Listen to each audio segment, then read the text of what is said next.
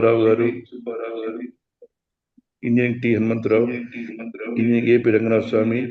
Today's guest Raghavachari sir, Dr. Nalla Tatarao Garu, Engineering Matur, Gopal Rao, Engineering Gurram Kotreddy, Dr. Venkatrao, E.L. Raju Endowment Lecture, John A. Murray Endowment Lecture, Dr. N.L. Rao, Engineering C.L. Venkatraswamy, E.L. K.V. Srinivasa Rao, M.L. Swamy Endowment Lecture, Dr. A. Raghavachari Endowment Lecture, I. Basavaraju Endowment Lecture. So the Raghavachari Sahib Endowment Lecture approved by the erstwhile AP State Center Committee and conducting from 2015 on his birthday, 15th August, a prestigious Independence Day every year. The endowment lectures were being delivered by the people of high eminence with a sensible professional experience through light of important emerging topics of today's relevance. Today at Telangana State Center, Mr. Dr. Raghavachari Endowment Lecture on sustainability mobility in urban areas, pursuit, challenges and policy priorities in the context by the professor, eminent Professor Sanjay Gupta ji. On behalf of Telangana State Center, I and on both my behalf of I once again extend a hearty welcome to keynote speaker Professor Sanjay Gupta ji and all of you to this event. Thank you one and all. Thank you. Now I'm requesting Dr. S.N. Rao Garu to introduce our chief guest. Thank you, Chairman. It's an honor and privilege for me to talk on this endowment lecture as well as the profile of Professor Raghavachari.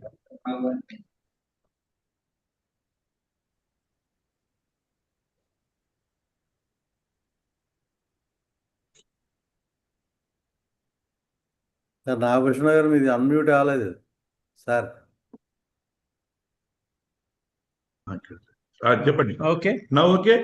Okay, sir. Okay. Am I audible? Yes, sir. Yeah. Okay. So, born on 15th August of 1939 in a lower Brahmin middle class family, came up in life with the dint of his hard work. On education, he was first in the school education, college education, even in engineering also. And he did BE degree from Osmania University and was a topper from all the branches and earned the gold medals. And he obtained ME degree from Roorkee University and PhD also from Roorkee University, now IIT Roorkee. He worked as a teacher in Engineering College of Osmania 1963 to 69 and later joined the REC, then REC Warangal, now NIT Warangal, and worked from 1969 to 1998 as a professor and head of the Department of Transportation Engineering. And he won number of awards. The Best Teaching Engineering Teacher Award, 1995 by Government of then Andhra Pradesh. Then Sir Mokshavana Visvesvaraya Best Engineer Award, awarded by Institute of Engineers and Government of AP, 1993.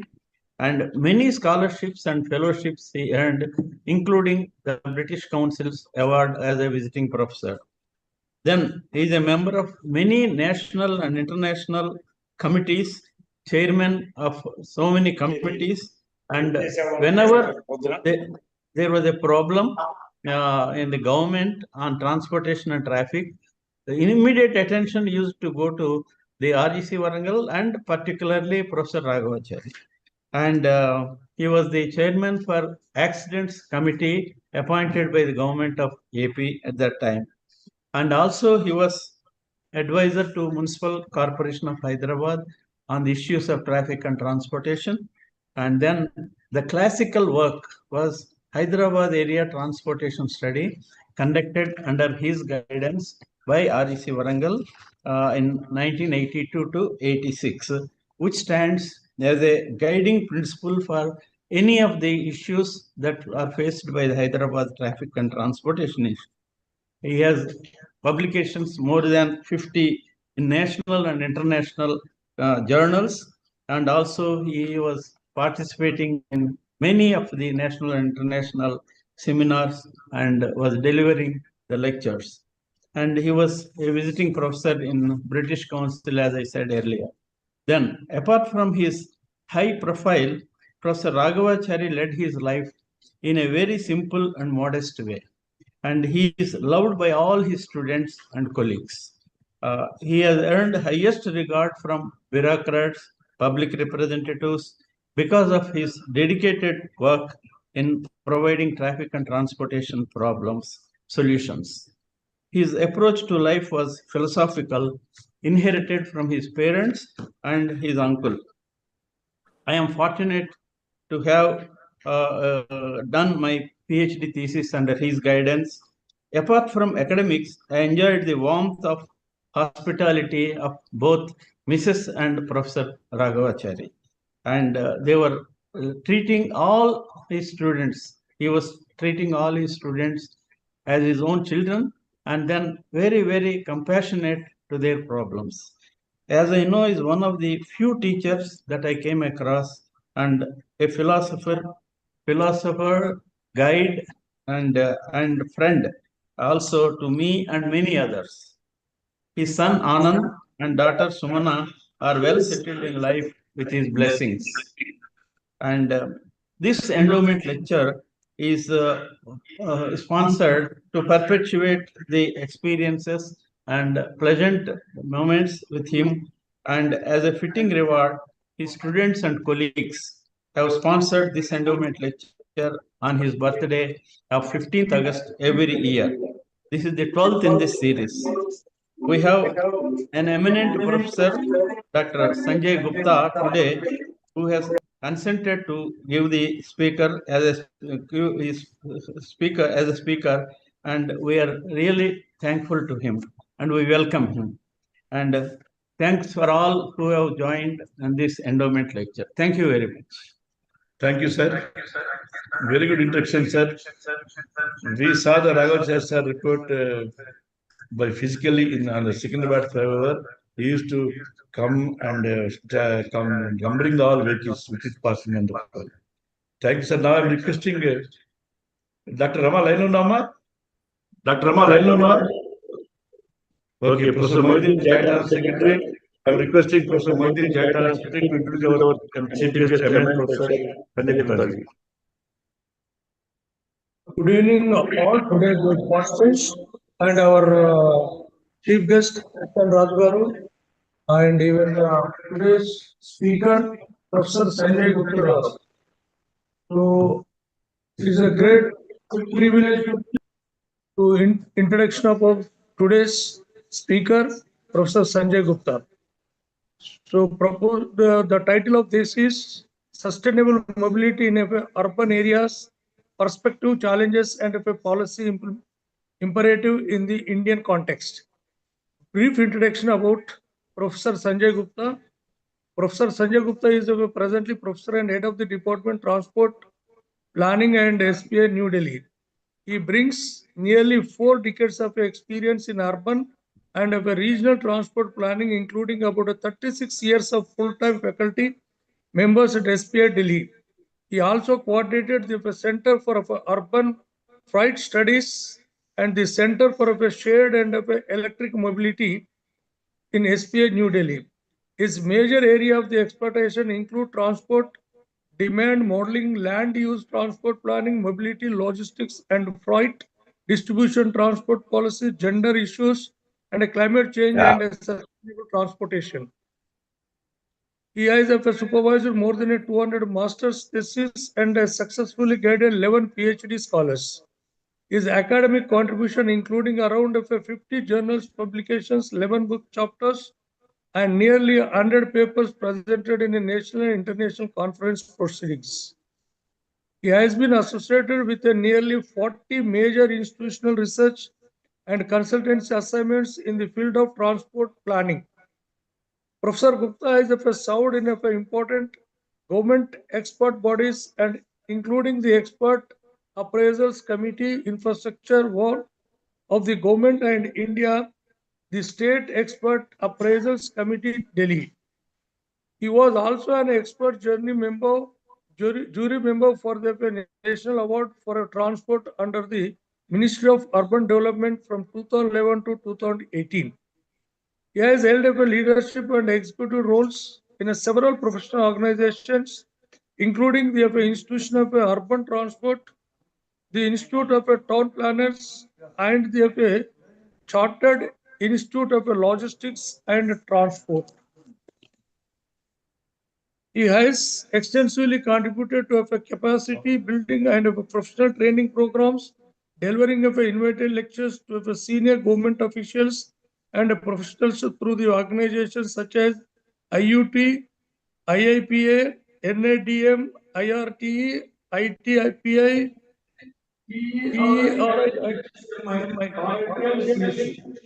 He received the prestigious Commonwealth Academic Fellowship at the Institute for Transport Studies, University of Leeds, UK in 2012, and subsequently served there as a visiting professor from 2013 to 2019. Internationally, he has contributed to major collaborative research projects, including climate trends, focusing on transport and climate change in Indian cities, and under reforms examining urban governing mobility patterns and transport policy in the smart cities. So it's a great opportunity to be, sir, to introduce you. So now it's over to our chairman, Professor Dr. Ramnath Babu. Thank you, sir. Thank you professor Mani साहब, very happy. हमारे संजय गुप्ता साहब आपने बहुत बढ़िया present किया. Now I am requesting our chief guest Sanjay Gupta ji kindly. Yeah. Thank you all for your kind words. I will just share my screen.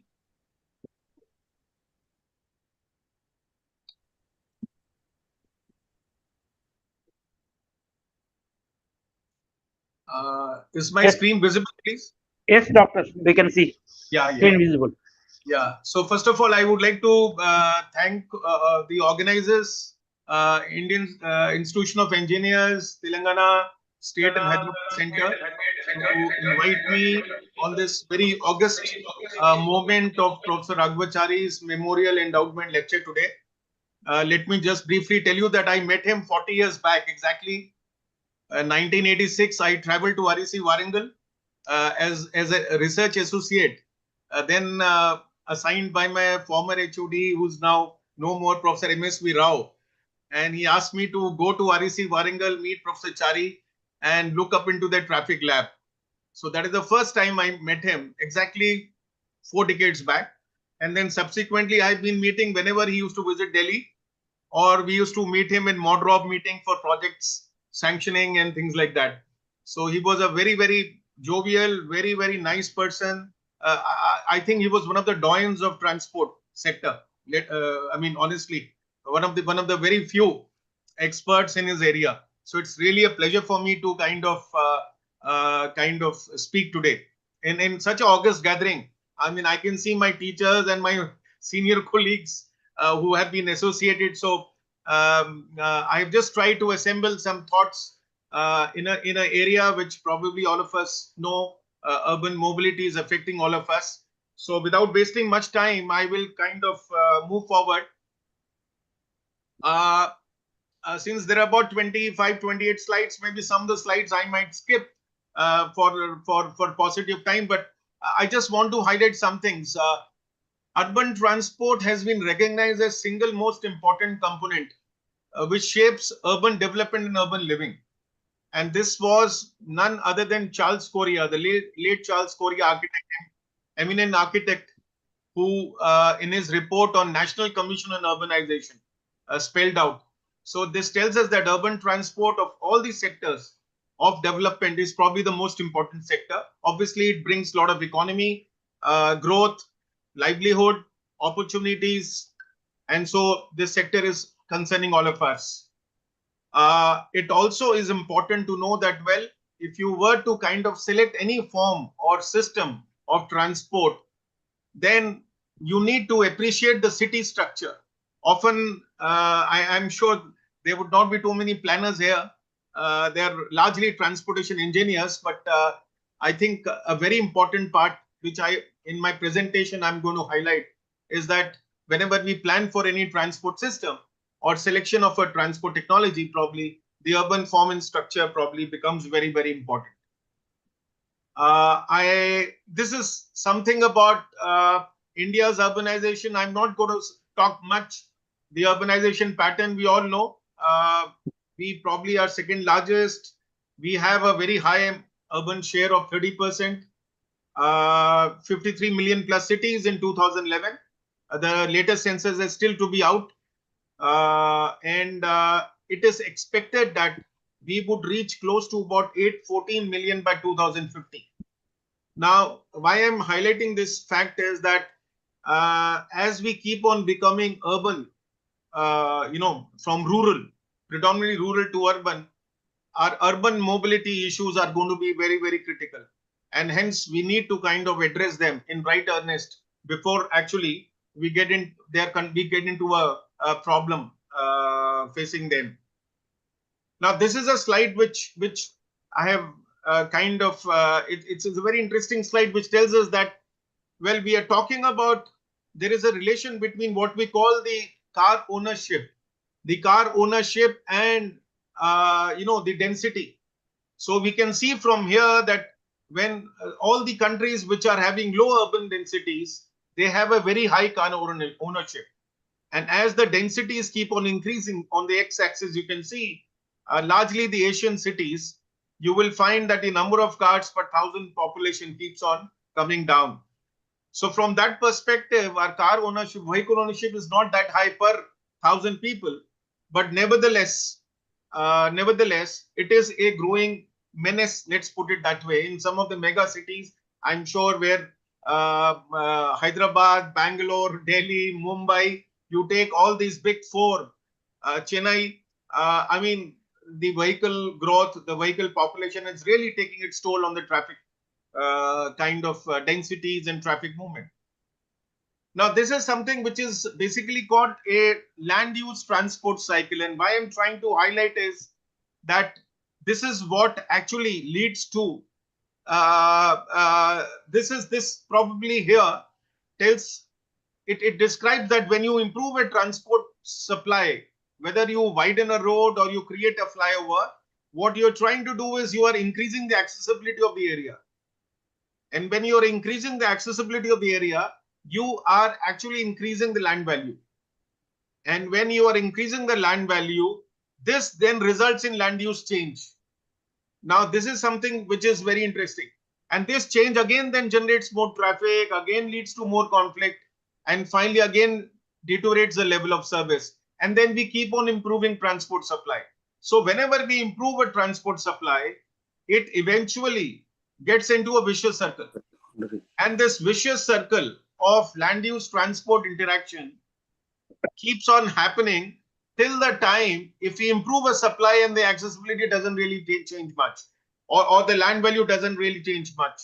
I mean, a classical example would be, say, let's put it Rajiv Chowk metro station of Delhi. Now, it has already reached probably its saturation levels. The rentals have tapered off. So even if you dug up another line or you have another interchange coming, it is not going to affect much of land value because there is a tapered. So this land value cycle will then start operating in some other place. So the whole point, what I'm trying to say is there is a very interesting relation between the built form, the built environment and the transport. And I think sometimes we often tend to forget that traffic is a derived function. Traffic is a function of land use. So this cycle invariably explains that phenomena. This is another interesting slide which I'm just trying to tell that urban sprawl. Cities are now sprawling. And you can see Hyderabad, you can see Bangalore, and then you can see Ahmedabad. Now, if you see the comparison between these three cities, you will find that Hyderabad and Bangalore relatively are more sprawling. You can see the content of yellow, the outlying areas which are highlighted in yellow. It is quite sprawled in both these two cities, whereas Ahmedabad relatively is more compact. You don't find much of the sprawl area in its planned boundary. And this actually is reflected in something which is called a compactness index. So Ahmedabad is around 0.9 whereas Hyderabad and Bangalore are about 0.6 each, 0.6, 0.63. And that probably is one of the reasons which results in something which is called kilometers of travel. So if you sprawl more, then you tend to have a longer trip length. Your trip lengths tend to be longer compared to Ahmedabad, which is just under 6 kilometers. So when I'm traveling for a longer distance, and if I don't have a good public transport system, then eventually I have to depend on my personal vehicles. And that is the reason that people start owning more cars, more two-wheelers, because one, the cities are sprawling, your distances are increasing, your residence to workplace distances are going up. And on the other side, the public transport supply is not able to meet the demand requirement. So these two eventually is getting into effect, which is the motorization effect. And this probably is also reflected in vehicle kilometer per capita, which I have just shown here. It is almost nearly double than that is Ahmedabad. So one good principle, obviously, which is coming out of this slide is that we need to develop cities which are more compact and not so much of sprawl, unlike Hyderabad and Bangalore. This is a collation of a Wilbur Smith study 2007. I've just tried to collate it. We have not had any study pan India after it. I remember CRRI used to do a lot of studies earlier. The last study was done by Wilbur Smith in 2007. And then we have these isolated CMPs which have been done. So in this city, which covered 30 cities, mobility patterns, one can see that, well, your public transport share tends to diminish. Now from mega, you can see the dark green, it keeps on coming down as you go down the city. So public transport is more predominantly higher as a modal share in terms of mega cities and metro. And whereas the other cities, obviously, because of the reason of economic viability of public transport, the lengths are being shorter, they are more dependent on paratransit and two-wheeler. Now, that is the kind of phenomena which we see. In terms of trip length also, we can see the mega cities average trip length would be about 10 to 12 kilometers average. But the other cities will obviously keep on going down because the cities are smaller, your work to residence distances are not very big. So this again tells us that, well, if you allow cities to become bigger, you will eventually result in longer trip length, and you will actually have to have a very, very good public transport system. Otherwise, the motorization will just create a havoc. And the way it is creating menace in probably Delhi, it's creating menace in Bangalore and probably Hyderabad too. So this is something which we probably maybe for future planning purpose, we need to see that, well, are the city, the future master plan, is it really compact enough, or are we still kind of spreading out and encouraging more motorization? Obviously, transport doesn't come on its own. Transport, as I told you, is a derived demand. So one of the indicator of transport, or one of the catalysts for transport, is the economy. So obviously, when you grow in income or you grow in economy, you probably end up leading into congestion because you increase vehicles, there is traffic impact. So one is the trigger point is the economy. The second trigger point is urban sprawl, which I just showed you. You're not able to manage your physical boundaries. You keep on sprawling out. So again, your trip lengths go up. So that is another impact of transport. And then obviously now the climate change, the new phenomena last 10 years, we have been seeing lots and lots of work on climate change. You have a global and you have a local climate conditions which are there. There is something which is global warming, and then there is something which are local emission. We can't see that. We can't visual between. What do you do with the mission levels are there? What is you? Sorry. We cannot see the slides. You cannot see this. Are the slides not moving? Not moving, and we are not able to see it. Let it get compressed. We are not able to see the slide. Sir, I am able to see the slides well, sir. Maybe you exit and join back. That may help. Okay. I'll stop. Slides are visible, sir. No, Sanjay sir. The slide is visible, sir. Dr. Sanjay, you need not really exit. Actually, people who are not able to view, they can exit and join back. Otherwise, your No, slides no. are visible, sir. No, when the PPT is taken place, we can get back, sir. No, the slides are visible to some. I think Slides are then visible, sir. Slides Yeah. are visible. then it is not a problem at my end. I think it is No, problem sir, not at the your other end. end. Not your end. No, when PPTs are taking place, automatically some people only can show that. Ratu garu. Hello. Sir You come here, వాళ్ళు అడుగుతారు చూడండి. No lead to everyone. Sir, when PPTs are taking place, some people are able to see, sir. Yeah. Sir Kindly go through, sir. Kindly send up, baat kijiye. So- Slides so- are moving, so I slides can- are visible. Slides are fine, sir. No issue. Okay. It's no issue with the slides, Sunday. Slides Sir, are go ahead, visible. sir, We are please. able to see. Okay, thank you so much. So I was talking about climate change. So we all know, and I think environment is now the buzzword. We all know PM 2.5, PM 10. That is the language which all the decision makers are confronted with. And we all know that transport being probably one of the major contributor to this PM 2.5. I'm told in Delhi it's around 30 to 35% contribution of the AQI levels which we have are just purely on transport. So I'm sure this would be the phenomenon in some of the other cities as well. We have Parali, Dr. Reddy would be knowing NCR. So you have a lot of fire crop burning. So there is we get lot of these crop burning fires Idiots. which increases the AQI levels. Sometimes it goes to nearly 300, 400.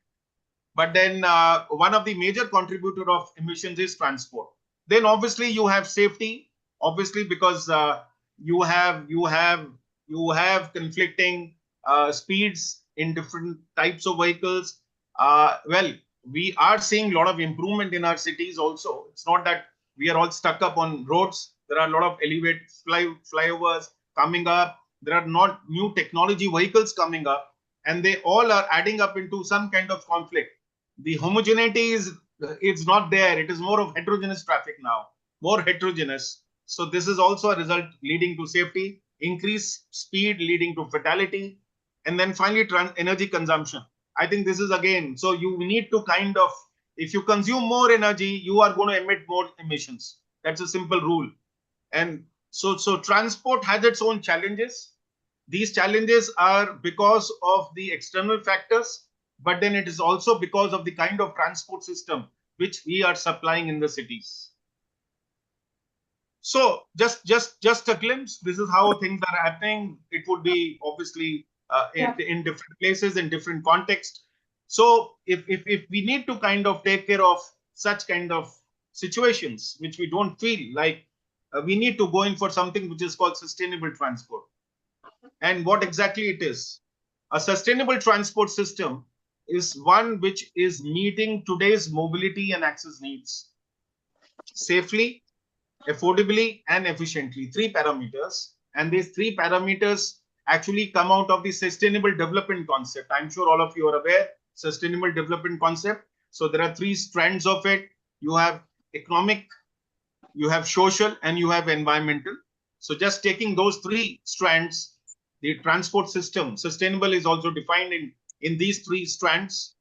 And so the whole idea is that I should move safely, I should move efficiently and affordably, social aspect of it, without compromising the needs of the future generation.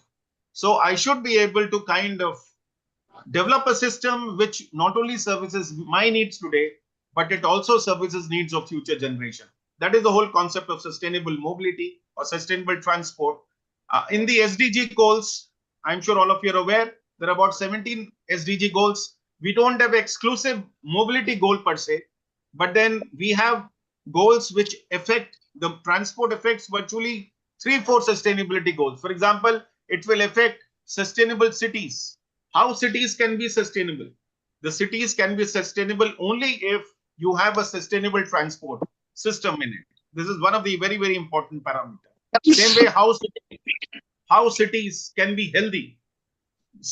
How cities can be pollution free. So these kind of, that is where the transport, sustainable transport comes in, and it indirectly kind of services the sustainable goal parameters identified by the UN. Here you can see there are three strands: environment, social, and economic. It should be environment. That means the mode should be low emission. It should be energy efficient. The second is it should be equitable. Very important. We often forget. We're doing mobility planning. We always try to plan for people who have, but we also need to plan for people who don't have nots.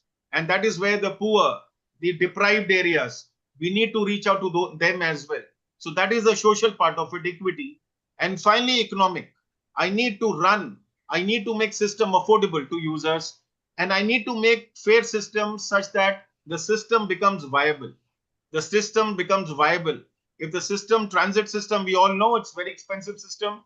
Metro probably, an underground will not be costing you less than 350 to 500 CR per kilometer. An elevated corridor will not cost you anywhere. It will cost you anywhere around 250 to 350 crores per kilometer. So that is the kind of cost of a metro. Now, one can imagine if you're investing in such kind, or you talk about buses. An electric bus will not going to cost less than 2 CR. So if you're going to invest in such kind of systems, we need to get the value out of the systems as well. So I need to kind of ensure my system alignment, my corridor identification as such that I get a good ridership. And at the end of it, I should be able to break even on my operating cost. That is the whole concept. Now, this is something very interesting slide. Principles of sustainable mobility. The first principle is I should be able to walk the walk. I should be able to create good pedestrian environment. The second should be powered by people. I should be able to create good infra for cycling and non-motorized transport. And the third is get on the bus. That means I should provide cost-effective public transport. Now, what is happening is, I'm sure all of you are aware, the walk comes the least priority. Walking, pedestrian is the least priority in Indian cities. The next least priority is cycling and non-motorized transport. And then third, public transport. Obviously, the most important priority for all of us is to provide flyovers so that your cars and two-wheelers can keep on moving much faster, whereas the other systems do not benefit to that extent. Now, this is something which is, so this pyramid has to be inverted. The current pyramid of planning needs to be inverted, and we need to give priority to walking first. Then we need to give priority to cycling and NMT, and then we need to give priority to buses, followed by clean vehicles. Very important. You need to have vehicles which are clean. Now, fortunately, we transitioned from BS4 to BS6. We skipped BS5. That's a good credibility of the government of India that you could now, your vehicles, new vehicles are all BS6 compliant. So there are clean vehicles. But then still, we have a lot of vehicles, especially in the freight sector, which are BS2 and BS3. So we need to kind of ensure that such kind of vehicles, they transition to something which is cleaner vehicle or electric vehicle. Now the government of India is doing a lot of effort to actually scale up the electrification in India. They're trying to kind of ensure that there is a program, I'm sure all of you are aware, zero emission trucks. So a lot of focus is now coming on how to kind of create our highways which can have electric trucks moving from one part to the other. So that is a focus. Already the government in various cities are pushing up electric mobility agenda amongst the two-wheelers. They're trying to force the three-wheelers, especially the hired ones. They're trying to kind of also ensure that all the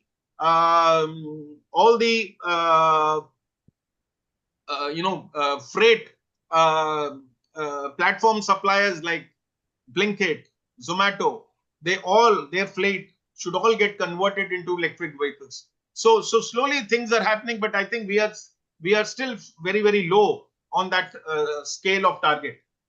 Then we need to deliver goods in cleanest manner. Very importantly, last two are you need to mix people, building spaces.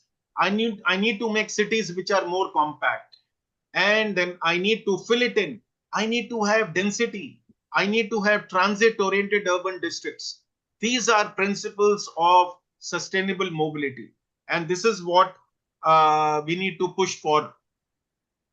There are, in addition to the ones which I have discussed, there are certain other complementary sustainable mobility principles. I've just mentioned equity. I need to ensure that people get service even if they are in deprived areas. There should be something called universal accessibility, measure into it. We all know. Then we need to have multimodal integration. So if I'm doing a line haul mass transit line, I need to kind of have a multimodal interface with the first and the last mile. I think that is very important. We need to have land use transport integration, very important, which will come slowly. Some slides later, I'll slightly detail it out further. We need to have safety first, vision zero, very important. That is now vision zero is a new concept of improving road safety. We need to design streets and systems to eliminate fatalities and crashes. And then very importantly, transport demand management. I'll come to some of these slides in detail. We cannot always keep on augmenting supply. A time has come in major mega cities, I feel, like Delhi, Mumbai, Hyderabad, Bangalore, that you also need to test what is called transport demand management. We cannot always keep on augmenting supply because of the land constraint. So we need to kind of look up into how we can incentivize people to own cars, use cars, shift to public transport and things like that. We need to create people-centered streets, as I told you earlier. Now, this is what is the shift in mobility planning approach. Earlier, we all were looking into a very traditional approach, which was all a very vehicle dominated. And when we were saying vehicle dominated means the classical UTPS 4-stage, obviously all of us have been trained through that modeling approach. It largely caters to what is called creating capacities, creating network for vehicle mobility. But now the entire concept is slowly changing. We need to move from the so-called vehicle dominated approach to what is called people dominated approach. We need to kind of move towards people's preferences, people's mobility needs. And that is what is the entire Europe is moving towards. The UK is moving towards. US, unfortunately, not yet. But then Europe, being a very conscious continent, is actually moving towards a very people-centric infra planning with dedicated cycle tracks and lot of movement happening on rail transit, trying to avoid what is called basically the road transport as far as possible. These are some sustainable urban transport policies. So I'll detail out these in subsequent slide. We are looking into compact development. We are looking into mixing of uses. Our classical old cities have been designed in mixed land use form. We all know our central areas have been all based on mixed use, where you have a shop on the ground floor, you have a residence on the first floor, or it is nearby. That kind of a, so India, that way our traditional areas have been still quite mixed in character. But then it is the newer areas which are coming up, majorly in mega cities of Mumbai, of Bangalore, of Hyderabad, of Delhi NCR, I would put it, because we are landlocked, 1500 square kilometer. We cannot expand out. So we eventually are slowly, slightly going up vertically to accommodate the growing population. An estimated population which recently came, a figure of Delhi is around 260 lakh, 2.6 crore is the kind of population. We don't have so much of land area. So we are eventually now going vertically. Then the third concept is obviously transit-oriented development. That means you develop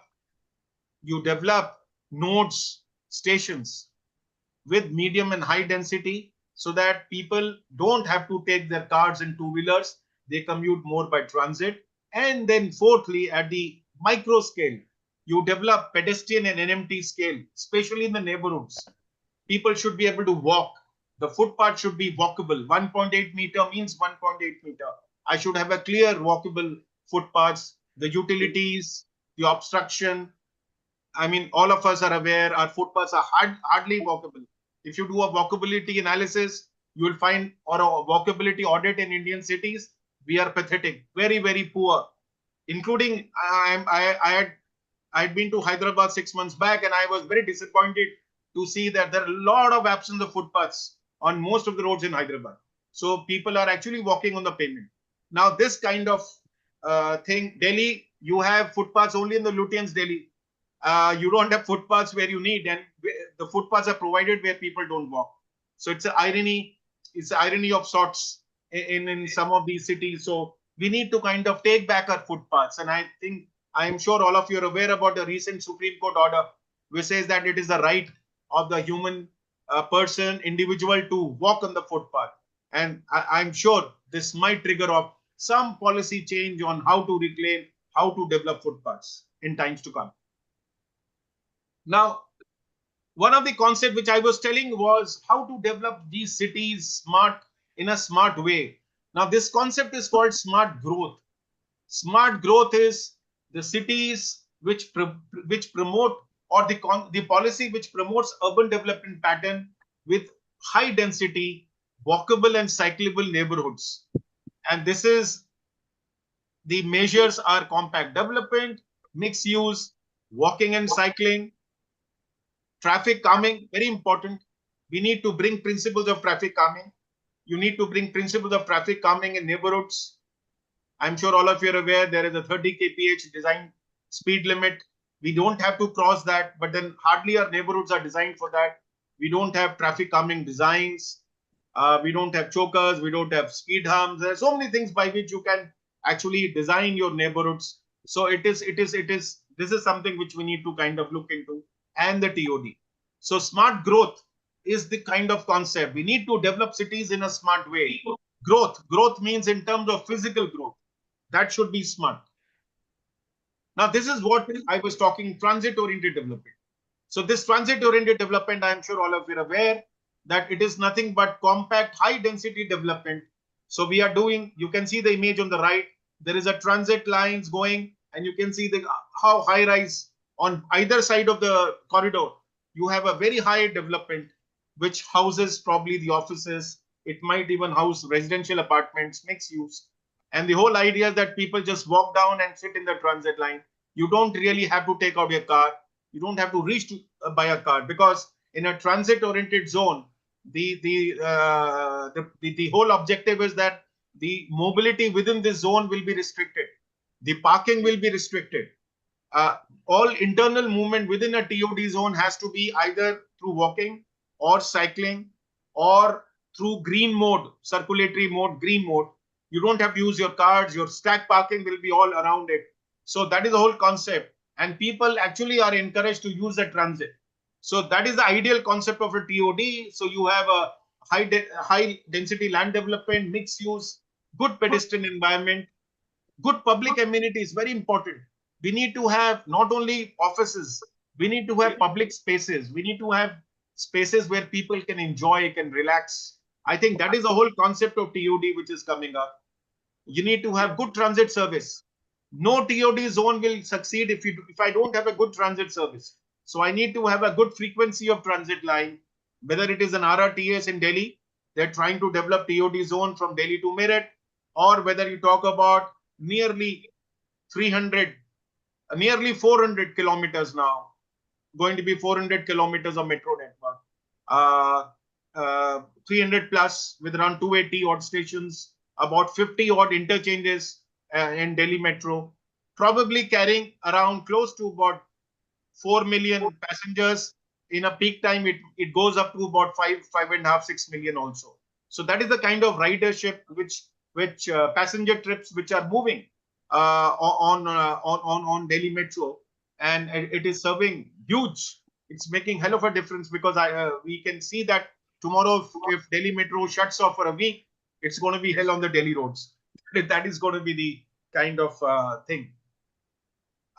The TOD actually came through a very classical finger plan. The transit-oriented development came through what is called a Copenhagen Transit First Plan. Copenhagen is one of the most livable cities of the world, and this was the first plan. And you can see it is like a thumb with 5 fingers, and these 5 fingers actually are nothing but rail corridors. So you have a rail corridor, and then you have the central city here, and then all the extension of the cities are pushed along the railway line. So all the new development in Copenhagen regional area was all along the railway line. So the whole idea was that people who probably would want to live outside the main Copenhagen city boundary can actually travel by rail to the suburb through the railways. So the whole concept, and that is where it actually picked up. The corridors of new satellite towns which came up were all served by rail. Now, so this is just the background of TOD and how I think we, and I just want to add up a point here that we also need to start looking into city region now. It's enough of city planning, but then we all know that cities don't exist without its region. And I think it's very important that transport planning slowly has to move out from only pure urban transport planning to probably city region planning. So you need to take its impact in the immediate catchment region, because that is where you can probably push out people, you can decentralize, you can move out activities, you can get connected on the rail, and it will result in your decongestion of your core, the city core. So that kind of a concept, I think, will have to come eventually. Delhi, it cannot come because Delhi is landlocked. We are landlocked by UP, Rajasthan, and Haryana, and we cannot go out. For Delhi, it is only the NCR, National Capital Region. So slowly, RRTS, the Regional Rail Rapid Transit, which is moving from Delhi to Meerut, Delhi to Alwar, they probably, I feel, in times to come, maybe 5 years, 10 years down the line, you might find certain activities in Delhi being pushed out along the rail corridor, provided the stations around the station, the TOD zones get developed along these rail lines. If they get developed, I'm sure people are going to move out, stay in the apartments with a better quality of life than actually living in congested portions. Another concept which is very, very popular there in Europe is called Avoid, Shift and Improve approach, ASI. ASI is a sustainable urban transport strategy, which actually means that you should focus on, first of all, avoiding trips. You don't have to actually move if there is no need. I'm sure all of you remember the COVID times. We were hardly moving and we were all working from home. That was a forced condition. But the point here is that if we can create those conditions where people don't really have to travel, okay, I can use ICT technology, I can work from home, or by some measure, how to kind of avoid travel. Number two is, even if I have to travel, the focus should be more towards environmentally friendly modes. And here I mean buses, which are electric, paratransit, which is electric, active modes, cycling, wherever, based on your distance thresholds. That is the kind of shift. So it is all low carbon modes, or a green mode, what we call, that is the shift. And finally, the improve. Very importantly, it also says that you need to improve the vehicle technology. You need to improve the fuel technology. And that is where now India is doing a jump start. We have woken up quite late. We should have done it much earlier. Today morning only Prime Minister was saying that we have sold 25 lakh electric vehicles now, from a figure of just about 1.5 lakh in 2013 till 2013. So it's a huge jump of scaling up the EV adoption. But and the other thing I told, BS6 to BS4 to BS6. So BS4 to BS6 also is one of the compliance by which you can cut down the efficiency, you can minimize you can cut down the emissions and increase the efficiency. So these are the three approaches which probably can also be thought of being applied in Indian context. Linking that is the travel demand management. I have been saying that now this is the time of mobility management. We cannot keep on augmenting supply endlessly, because supply means money, and sometimes money is not forthcoming, or money, when it comes easily, it is probably biased towards mass transit, it is biased towards metro.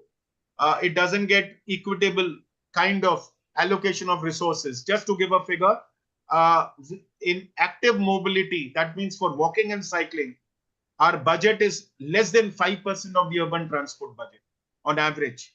This is the pathetic budgetary outlay for active modes. And that is why you don't find in cities footpaths being created, in cities cycle tracks being created, because there is no budget allocation, no adequate budget allocation for them. So we need to kind of, and one can argue from the government perspective that then they feel that we need to kind of create flyovers, or we need to move people, we need to buy rolling stock of buses, we need to buy metro. Well, so one cannot argue on certain points, but then the point is there is a shortage of resources. So if you cannot augment supply, we need to go into demand management. And you can do demand management because it will reduce your trips, it will reduce your vehicle use. And the moment I reduce everything, whether the trips or use, your emissions will come down. You will start pooling people together in vehicles. You will do trip retiming, very interestingly. And this is how people skip. And I'm sure it must be happening in Hyderabad. It happens in Delhi now very frequently. People who want to catch a metro to Gurgaon, they know that if they are on a station beyond 8:30, the metro will come packed up. So what they do is they reach the station before that time. So you start actually doing trip retiming so that you can actually save that peaking effect which is there. So trip retiming is there, and then you can actually ultimately reduce the trip lengths. These are some examples. I don't have to go. We all know parking management, cycling, carpooling, transit-oriented development, walkability, and then very importantly, congestion pricing. London is there, Oslo is there, parts of Oslo, Singapore is there, you have ERP. So you have cities which are now having, I think New York also has a congestion charge. I think it is probably will be a time where Indian cities will have to look congestion pricing as one of the options to disincentivize people not to get their cars in core areas.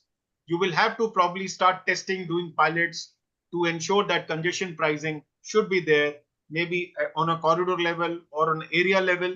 It will depend upon the feasibility, how you will do it, but certain pilots should be done to see what kind of effect this pricing has on the demand. So that probably will I'm sure in times to come, this is going to be one of the lever which government will use to disincentivize people to get their cars. I will just skip this. Some best practices, I am sure all of you are aware. Copenhagen is famous for cycling. Curitiba, we all know, the BRT classical. All the Latin American cities have got a fabulous bus rapid transit system. Unfortunately, in India, it could not make it. Delhi was a failure. Probably except Ahmedabad, as of I know, now all the cities have scrapped BRT because obviously we were trying to retrofit BRT in already developed system. And when you retrofit a scheme on an already developed network, it is bound to create opposition from the previous vehicle users. And Delhi, we had a lot of opposition from car users because it led into a lot of delay. Same way it has happened in Indore, it has been scrapped. Pune, Amritsar has been scrapped. So you have examples where BRT probably has not come in. So one of the option would be whenever we are designing a new greenfield township, I think we need to plan the system there and then. There and then we need to plan a system. So the Naya Raipur, I think Raipur-Naya Raipur corridor is going to be the BRT corridor. So that they have done a lane reservation. They have designed the road like that. And they have planted the density along the BRT to take the accessibility advantage in TOD. So that is the kind of some exceptions are there in India. But then BRT, except Ahmedabad, has not really come out very nice. Even in Ahmedabad, I am told the ridership is tapered off.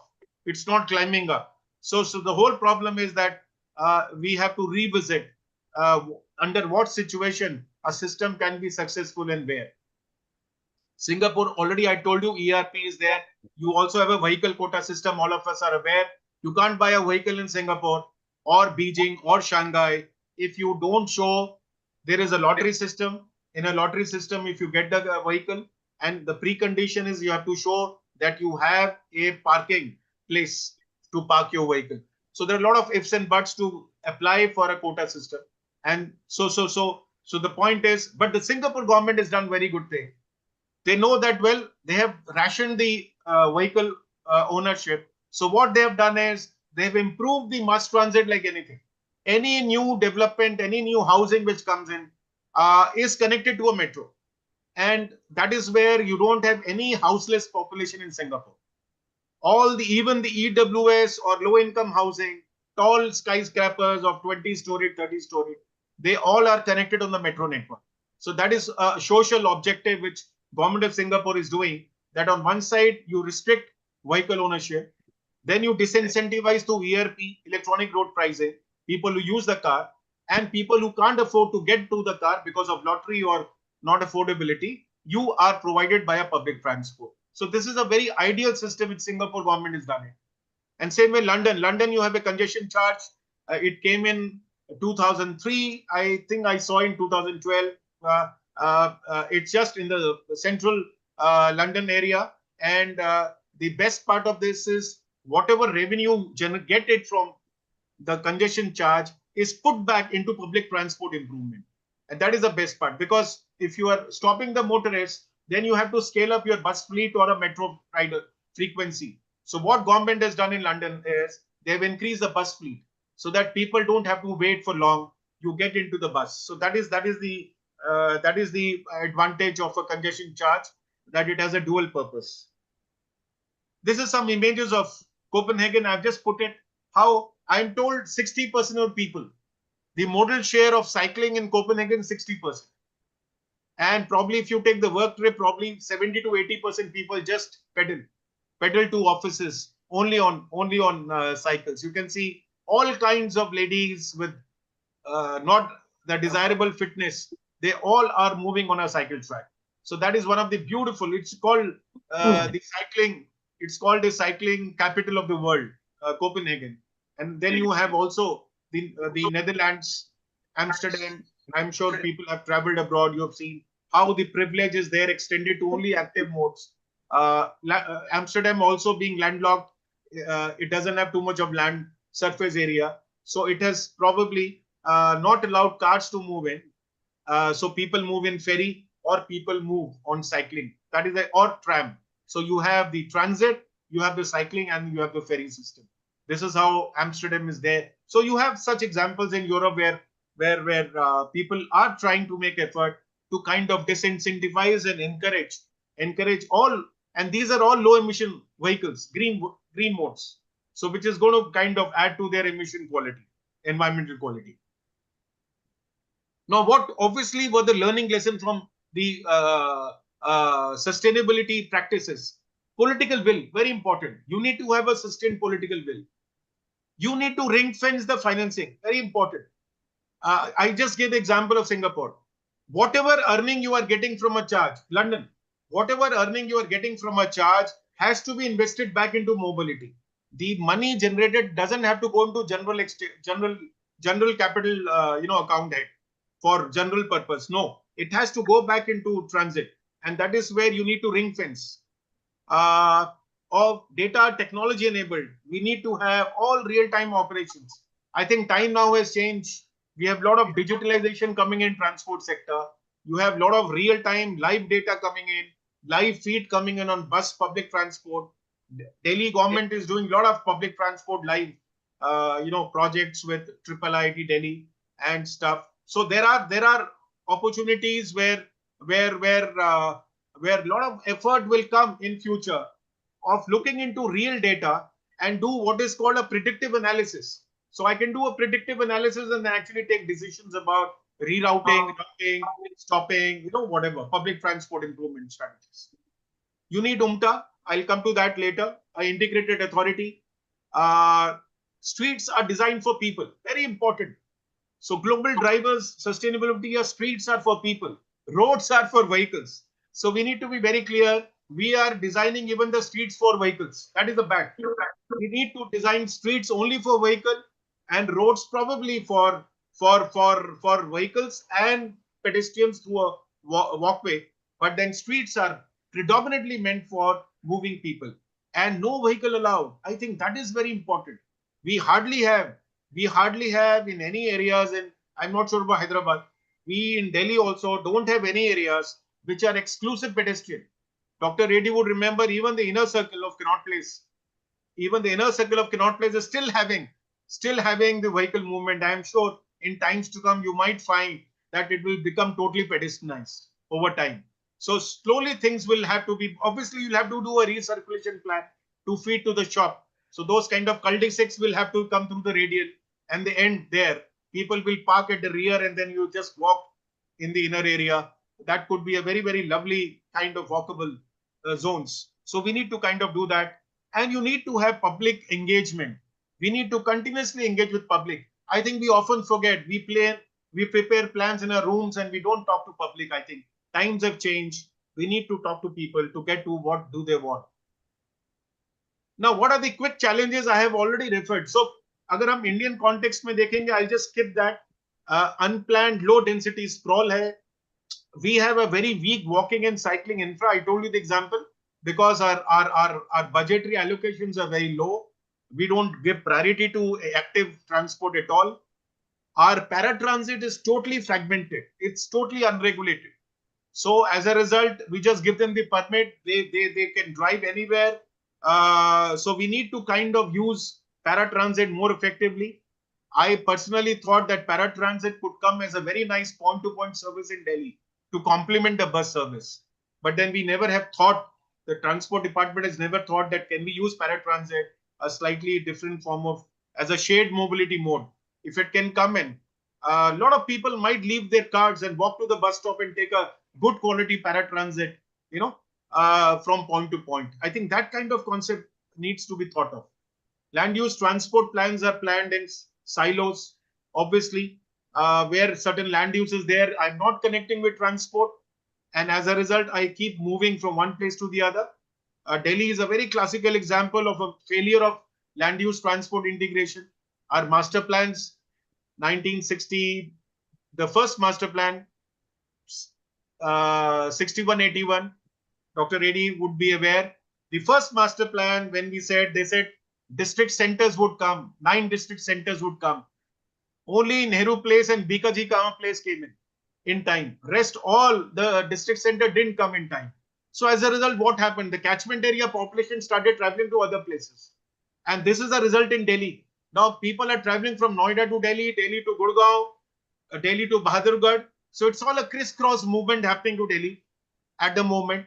And because our failures of not integrating land use and transport, it's only a metro, which is probably, I would put it, some kind of it's big, it's giving a huge relief to mobility in Delhi. Had metro not been there, it would have been a gridlock by now. Either people would have been stuck up or people would have moved out of Delhi. That would have been its situation in Delhi. Rising motorization. Institutional financial challenges, briefly I will discuss. There are, because when you talk about sustainable mobility, you need to know there has to be institutional structure. Anything, they cannot work in isolation. So you have overlapping institutional mandate. We all know they rarely coordinate. PWD doesn't see eye to eye to police not with MC, state transport bodies. We all know is a classical saying, there are 17 bodies in Delhi and they don't look eye to eye. So there is a lot of problem, coordination. I'm sure it would be there in Hyderabad as well. We don't have enough buses. Our bus supply rate is low. We ideally should have 50 buses per lakh population as a thumb rule, 50 to 60. We have something close to 18 to 20. That is the kind of figure we have. So our supply of buses are very low in Indian cities.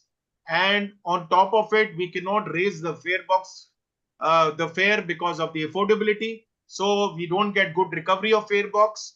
As a result, we are not able to replace our aging fleet bus because we don't have money. So it's a vicious circle. So it becomes a problem. We don't have good data. We have very poor data. We all know transport is a very data-driven sector. If you don't have a data, you cannot plan for it. So we don't have. So all our decision making often is by hunch. It is only conjecturing. It is not scientific most of the time until as you collect the data and then you actually come out with it. So this is a problem. UMTA is an issue. We don't have still a very good PPP, public-private partnership. We don't have resources for urban transport funding. We still are highly dependent on central and state budgets for funding. And in fact, all of us, I can give an example, the Ministry of Urban Development, where urban transport is one of the business function. It was only the 8th 5-year plan when Delhi Metro came in. That is the first time urban transport became a separate sector, where funding came separately. Earlier, the funding of urban transport was all under various ministries, railway, roads, in highways. So we didn't have exclusive urban transport.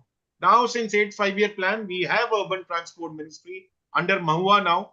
But then again, all the cities are competing for the same kitty. So we are very much kind of looking to that same kitty, and that is where the government probably prioritizes sometime, which is metro. Not often the right decision in quite a few of cities, but then if they have gone ahead, well, that's a different issue.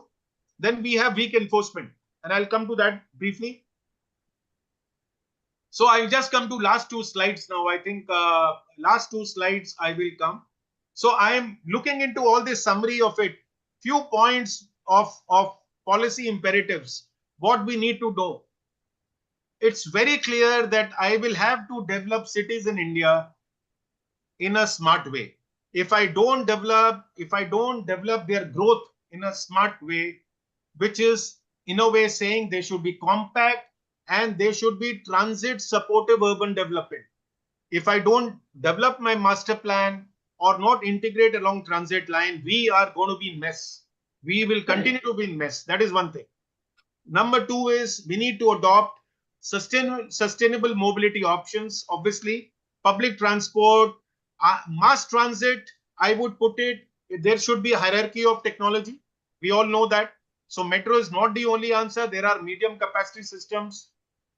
There were light metro. There are systems where we need to kind of look into pilots of some of these systems to see whether these systems are viable. We have not experimented light rail transit in any city. Except Calcutta trams is in a way light rail transit, the legacy of Calcutta. But then we have not made any attempt to plan for a light rail transit. I think it is time that we need to start thinking on planning for such a system, which will be much cheaper. And then along with it, we need to have active mobility infra, walking and cycling. Very importantly, we need to kind of plan for them either as a feeder mode or as a line haul. We need to kind of do that. Third policy we need to adopt travel demand management practice, such as shared mobility, flexi work schedule. I think time has come that cities like Bangalore, Hyderabad, Delhi, Mumbai, Chennai, okay, they will have to look into flexi work schedule. You will have to have flexi work schedule to flatten out the peak so that your road capacities can take that kind of traffic. If you don't do that, if we have same working hours from 9 to 6, 9 to 7, 9 to 6:30, I don't think this will really solve the problem. Same with the shopping hours, the shopping flexibility will have to be done. Probably the cities will start now becoming all round the clock cities. You will have shopping till 12 in times to come. You will have recreational happening till 3 o'clock. Already it is happening in Delhi. The restaurants are open till 1 o'clock, 2 o'clock. This is just so that the people can actually make their way. So we need to kind of formalize such flexi schedule, do a study to find out what is the impact on travel demand. That is very important. And we need to use ITS in traffic and demand management. ITS, in my view, is going to play a major role in times to come. A lot of focus on data, predictive analytics. I think ITS, AI will have a lot of applications in mobility planning in times to come. We need to have innovative financing mechanism. I have already said that funding is a major issue. So we need to look into creating transport funds, dedicated transport funds in authorities where money can be allotted to sustainable mobility options.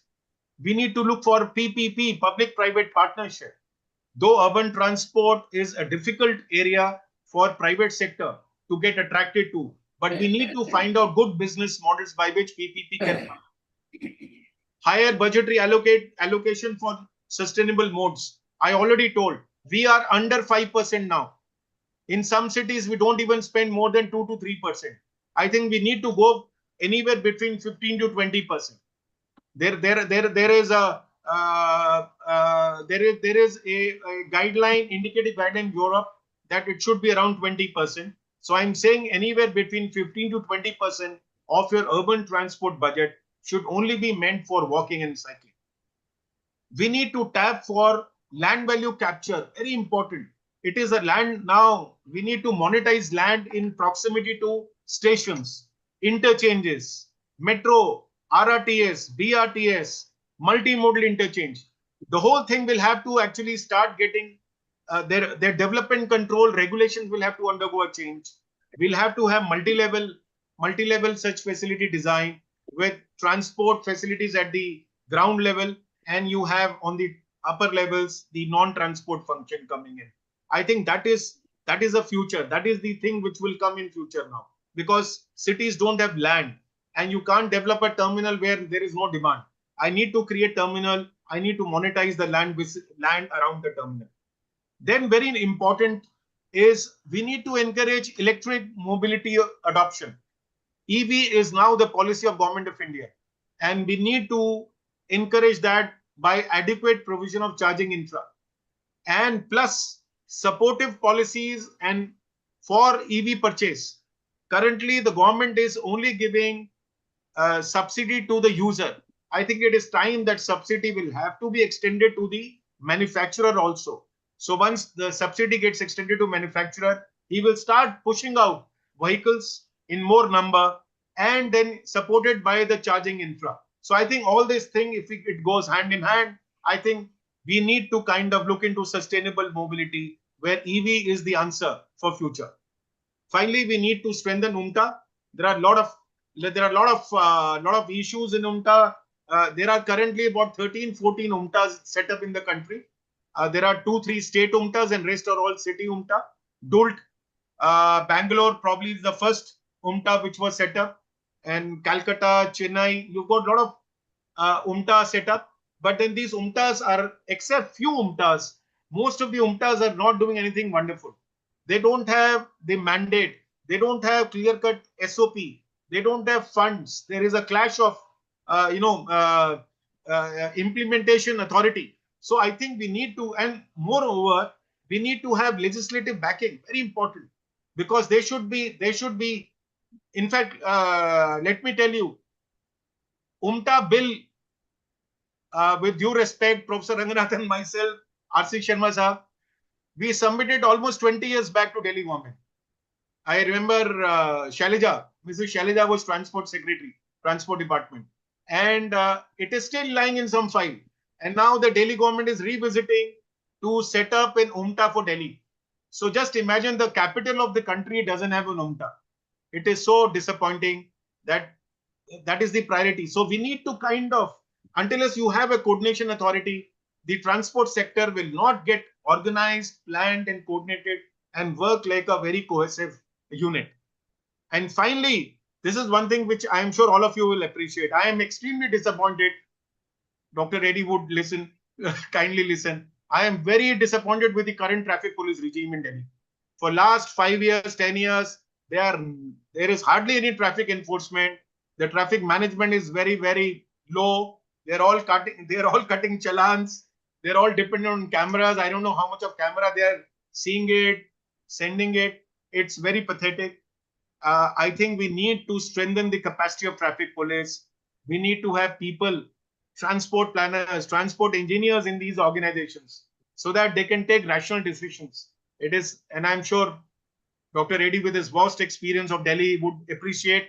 A lot of time you must have seen, sir, when you are invited, you know the capacity of traffic police, and they have to depend on experts. But then sometime now even experts are not called for. They do things which they feel is good, but I think it's not working. At least I can know about Delhi. I have seen cities like Bhubaneswar. I just want to take half a minute, where a lady constable is manning a Nandankanan highway. Just imagine, a national highway, a lady constable in the night, 10 o'clock, is manning the traffic. And we in Delhi are not doing that at all. That is the sad part. So mega cities, we need to have more visibility. In spite of ITS cameras, I think if there is a constable which is at the junction, lot of problems of skipping the junctions, skipping the red light, conflict situations, regulating the traffic in a proper manner can be avoided. I think these were some of the points which are there, and thank you so much again for giving me this opportunity. Thank you. Sir, highly appreciable talk, sir. Just now you told about, I think, sir, son is on the line, Mr. Anand. Anandji and Sumana, daughter. Anand and one sir student from USA, Mr. Dr. Ramkishan Rao, retired ENC. Both are the line, sir. I'm requesting Anand sir. Sir, son, kindly respond. Respond for 2 Yes, minutes. For 2 minutes. Humble pronouns to everybody. Thank you, sir. Thank you so much, because I can see the difference, the vibes here, the vibes are different now. This kind of culture I don't see in any college now. People remembering a teacher, people remembering each other, MES, sir. giving respect. This is something so rare. Personally and professionally, I'm so happy and thank you to all for remembering us always. Thank you always. And this is something Thank you, Anand sir. youngsters have to learn from you.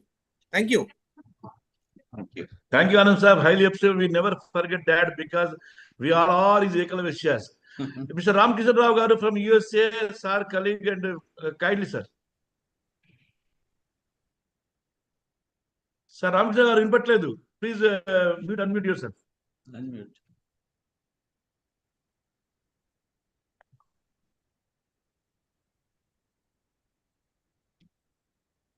Ramkishan Rao garu is a retired ENC from, sir, inpatledu, not listening. Yeah, now.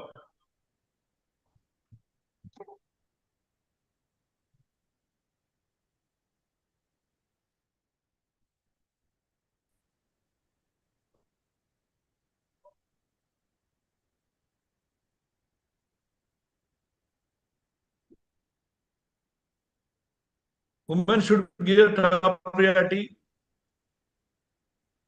And sir said, Professor Sanjay sir said, one lady constable controlling highway traffic. Sir, today Independence Day, Hyderabad Commissionerate, Municipal Malkagiri Municipal Commissionerate hold the squad ordered by Sumati IPS, women flag hoisting only. Parade also all women. Oh, very nice. Yeah. Very nice. Dr. Ramchandra Garu, please respond immediately because time is up. I think Ramchandra from USA not listening, not able to catch. Okay.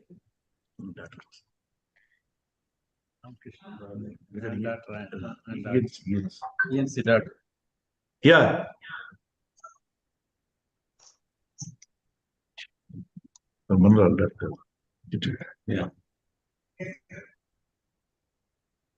Sanjay साहब बहुत बढ़िया बोले आप. You told people's this thing not a vehicle. Our Commissioner of Police, Mr. Sajjana, told every person should travel 1 day or 2 days by metro or by walk, by public with the bus public transportation. Sir, from today onwards, Sanjay Saab, in IIT JNUs we are having a lot of cycles. In IIT JNU also cycles not there, sir. All motor vehicles. When I was in JNU in Purvanchal Hostel, sir, we are having 400 bikes, sir. Now today 400 two-wheeler vehicles, 400 cars. No single bike is there. So hope that today I am planning to purchase one more cycle for me. From tomorrow onwards, I travel by cycle only and public transport. Thank you, sir. Sanjay Saab, my Hello, am I audible now? yeah, Am I audible? Garu. Yeah. Happy Independence Day to all. Thank you, sir. Fortunately, I knew Professor Raghavachari Garu. It was during his period that 17 department candidates were sponsored to do PG. Yeah. I secured first rank in entrance, but my boss didn't leave me. So I requested Dr. Chari. He wrote a DO letter requesting my ENC to send me on deputation. And when he was guided to a very eminent engineer by Dr. Kadiyali. He wrote so many books by that time. And he was always very cheerful. If he didn't contribute a paper for 6 months, he used to get a request from Secretary IRC to make a contribution. And regarding this presentation, I have 2 points. As I said already, I am in USA. Here, pedestrians have absolute preference over vehicular traffic. If I want to cross the road, they will halt. If I attempt to do the same in India, they will yell at me. Did you tell at your home? Or are you drunken? Lot of yanking, etc. Then we may think of 5 days a week, 1 day for educational institutions and 1 day for offices, so that traffic is reduced on 2 particular days. Nobody is there at home. Yes, of course. Thank you. Okay, Ramkishan garu అయిపోయిందా? ఇంకొకటి parking. In America, I see a lot of parking, both covered and uncovered. The same should be provided in India also. Here in a typical airport, you will have parking for 2,000 vehicles. Thank you. Thanks for giving me an opportunity. Sir, our Dr. S. Raj garu, Vinayak Ram Saab, T.S. Reddy garu, kindly. Anybody? T.S. Reddy Saab. I have nothing to say. I want to thank you, Ramnayak Garu, and Thank you, sir. Ramakrishna Thank you. Garu Need of your blessing, for sir. rescheduling. In fact, if there was some morning, many people were missing. Yes, it's sir. a good thing that we have done. And we have almost, 40 people attended. And I thank Dr. Sanjay Gupta for accepting the request. Thank you. And he happened to be my student as well when I was in Delhi. So it was a nice presentation. And you have clearly pointed out, what are the areas where it has to be strengthened if you want to really improve the urban transport. Urban transport system has to be improved only by making people to walk more and maybe cycle more. That's what it is. Thank you once again, everybody. Sir, T.S. Reddy garu, మేమంతా మీకు ఏకల శిష్యులు, sir. We are all your ఏకల శిష్యాస్ because we are following the same thing. And Raghavachari sir, శిష్యులు మీకు శిష్యులు, sir. Dr. S. Raj garu, sir, on the line. Sir, good evening to everybody. I am very happy. Actually, during my chairmanship as the state center, T.S. Reddy garu, S.N. Rao garu, they came forward to institute this endowment lecture in the name of Raghavachari, sir. So the same is being continued for the last 12 years. So I am very happy that the eminent speaker has also today delivered an important lecture, and we are thankful to everybody, sir. Thank you very much. Sir, very happy, sir. Madam Sumana, sir, daughter line kindly if possible, and let us go for Srinivas Reddy garu. So very happy, sir. We are Sanjay साहब को और एक बार संजय साहब को हम बहुत बधाई दे रहे हैं. Thank you. Thank you. And we are coming to Delhi at 1780, sir. जरूर मिलेंगे सर आपको. Raghavachari garu. Hello. Kindly. Madam Martin, please speak. Hello. I'm daughter of S. Raghavachari. It's so nice to see you all here. Thank you so much for joining this lecture. And it is so nice to see talking about my father. It's so nice, and it always, it's very nice to see everyone every year. I hope it continues every year. Thank you so much. Madam, continue చేస్తాము. మీరును Anand sir కూడా member కండి. I am requesting all of you, not only our Telangana state, all India, kindly enroll all your daughters, Nati, Pote, daughter-in-law, son-in-law, all to enroll as a member Institute of Engineers. Thank you. Thank you. So once again, I am requesting all of you, sir. I am requesting our Joint Honor Secretary and Eminent Professor that they should say vote of thanks. Propose vote of thanks. Good evening, one and all. Respected keynote speaker, Professor Sanjay Gupta, Professor and Head Department of Transport Planning, Planning and Architecture, New Delhi. Professor Dr. Ramnayak Garu, FIE, Chairman, IEI, Telangana State Center. Dr. S. Nagabhushan Rao, FIE, past Vice President, IEI. Engineer Mari Ramesh Garu, FIE, Honorary Secretary, IEI TSC. Dr. D. Rama, MIE, Joint Honorary Secretary, IEI TSC, and convener of the event. Galaxy of eminent personalities, past presidents, past chairmen, council members, committee members of IEI, Telangana State Center, corporate members of IEI, family members of Raghavachari Garu, our media friends, ladies and gentlemen, Good evening to one and all. On behalf of Telangana State Center of IEI and on my own behalf, I convey our sincere and profound thanks to Professor Sanjay Gupta ji, Professor and Head, Department of Transport Planning, School of Planning and Architecture, New Delhi.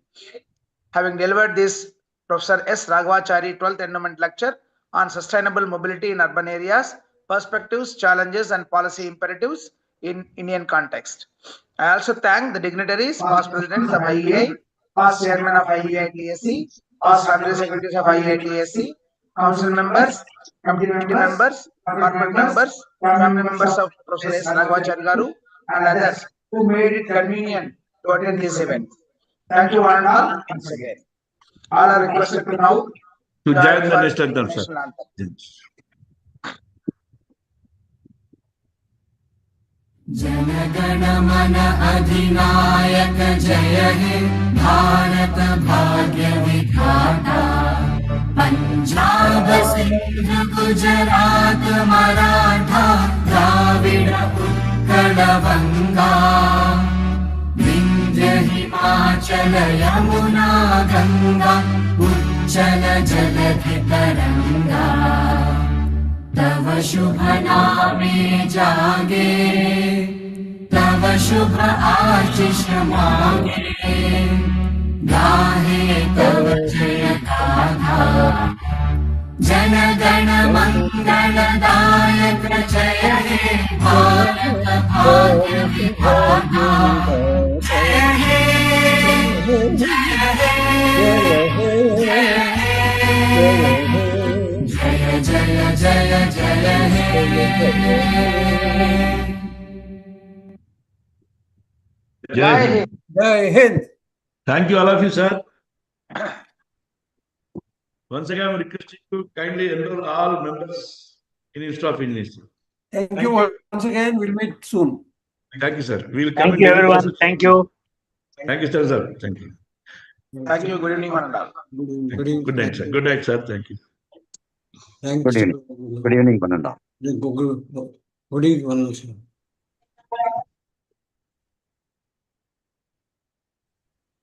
Brahma.